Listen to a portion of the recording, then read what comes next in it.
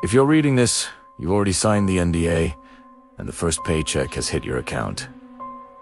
Don't spend it yet. You're going to need that money for therapy or a funeral if you do. You and follow these instructions to the letter. That was the note taped to the monitor when I started my shift at the Blackwood Logistics Hub.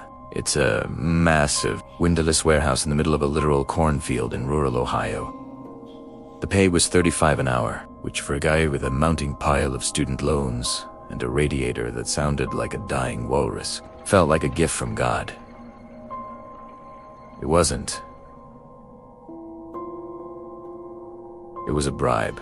I'm telling you this now because I quit that job 3 hours ago, and I'm currently driving 80 miles an hour toward the state line. If you ever find yourself working a graveyard shift where the air feels too heavy to breathe and the silence sounds like it has screaming, remember these rules. They aren't suggestions. They're the only reason I'm still drawing breath. Rule 1. The 2 a.m. radio check at exactly 2 a.m. the overhead speakers will crackle. You'll hear a voice, usually a woman named Beth, asking for a status update on day 4. Here. The thing. There is no Beth. There hasn't been a Beth on the payroll since the late 90s. When she calls, you do not pick up the radio. You don't even look at it. You walk to the break room, pour yourself a cup of the burnt, sludge-like coffee, and whistle. It doesn't matter what tune, Twinkle, Twinkle, Little Star, a Taylor Swift chorus, whatever. Just make noise. The thing that's using Beth's voice hates music. It reminds it of being alive, and it finds it offensive. If you stay silent, the radio won't stop crackling, and eventually, the voice won't be coming from the speakers. It'll be coming from right behind your left ear. Rule 2. Ignore the shadow floor. The elevator in the main lobby is one of those industrial beasts with a sliding metal gate. Most nights, it works fine, but every once in a while, it'll stop between the 2nd and 3rd floors. The doors will creak open, revealing a floor that isn't on the blueprint. It looks like the rest of the warehouse, but the lighting is wrong. Everything is bathed in a sickly, bruised purple hue. You'll see people moving around in there. They look like co-workers. They might even wave at you. One guy, I swear, looked exactly like my cousin Vinny, who moved to Vegas 3 years ago. Do not get off. Do not even acknowledge them. Reach out, press the close door button repeatedly, and stare at your shoes. If you make eye contact with the manager standing in that purple light, he'll ask you to come in for a performance review. Trust me, you don't want to know what their severance package looks like. Rule 3. The scratch in the vents. Around 3:15 a.m., the HVAC system starts acting up. You'll hear a sound like someone dragging a bag of wet gravel through the ductwork. It's loud, rhythmic, and it follows you from room to room. My first week I thought it was raccoons. I even grabbed a ladder and a flashlight to check it out. My supervisor, a guy named Miller, who looked like he hadn't slept since the Bush administration, tackled me before I could reach the vent. "You want to see what's in there?"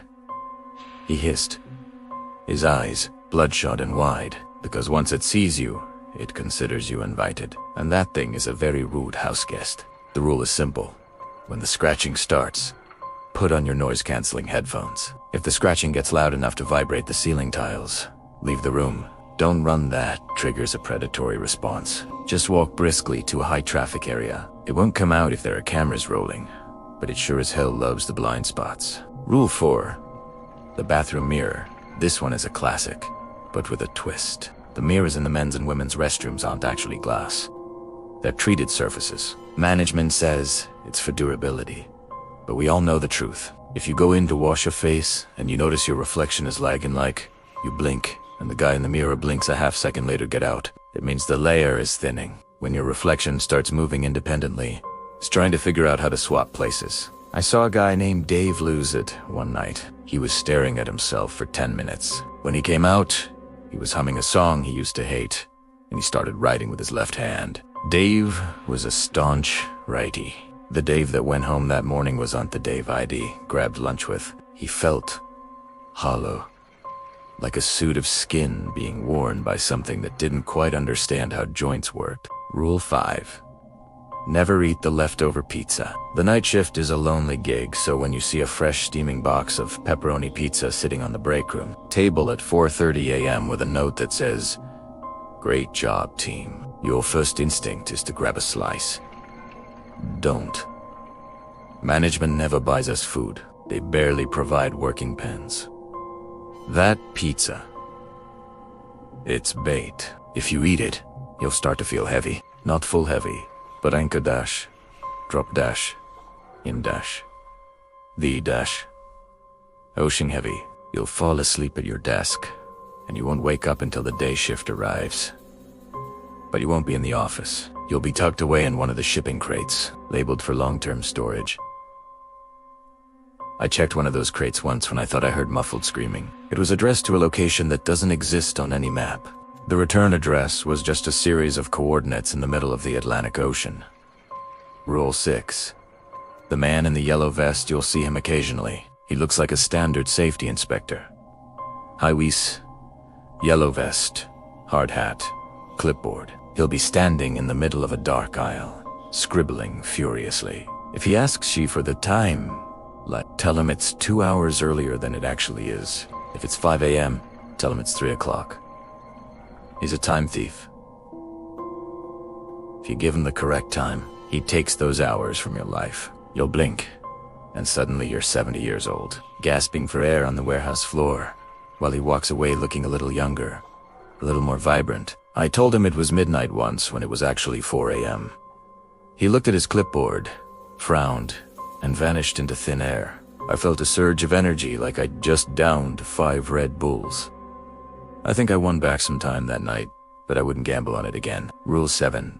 The sunrise exit, the most important rule of all. You must be outside the building before the sun fully clears the horizon. There's a 3-minute window where the night shift ends and the day shift begins. In those 3 minutes, the building resets. The geometry shifts. Hallways that were 100 feet long suddenly shrink to 10. Doors lead to places they shouldn't.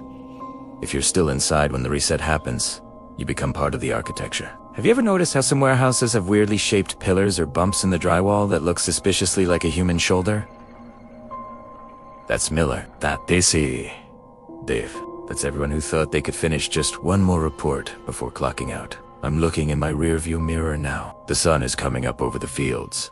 And for the first time in 6 months, I don't feel like someone is standing directly behind me. But as I reached for my coffee in the queue folder, I noticed something. There's a yellow safety vest sitting in my back seat. I didn't put it there. And on the radio, through the static of the local pop station, I can hear a woman's voice. Status update on Bay 4. Please, I'm not stopping until I hit the coast. If you see a job posting for Blackwood Logistics, no matter how much they offer, no matter how desperate you are, keep scrolling.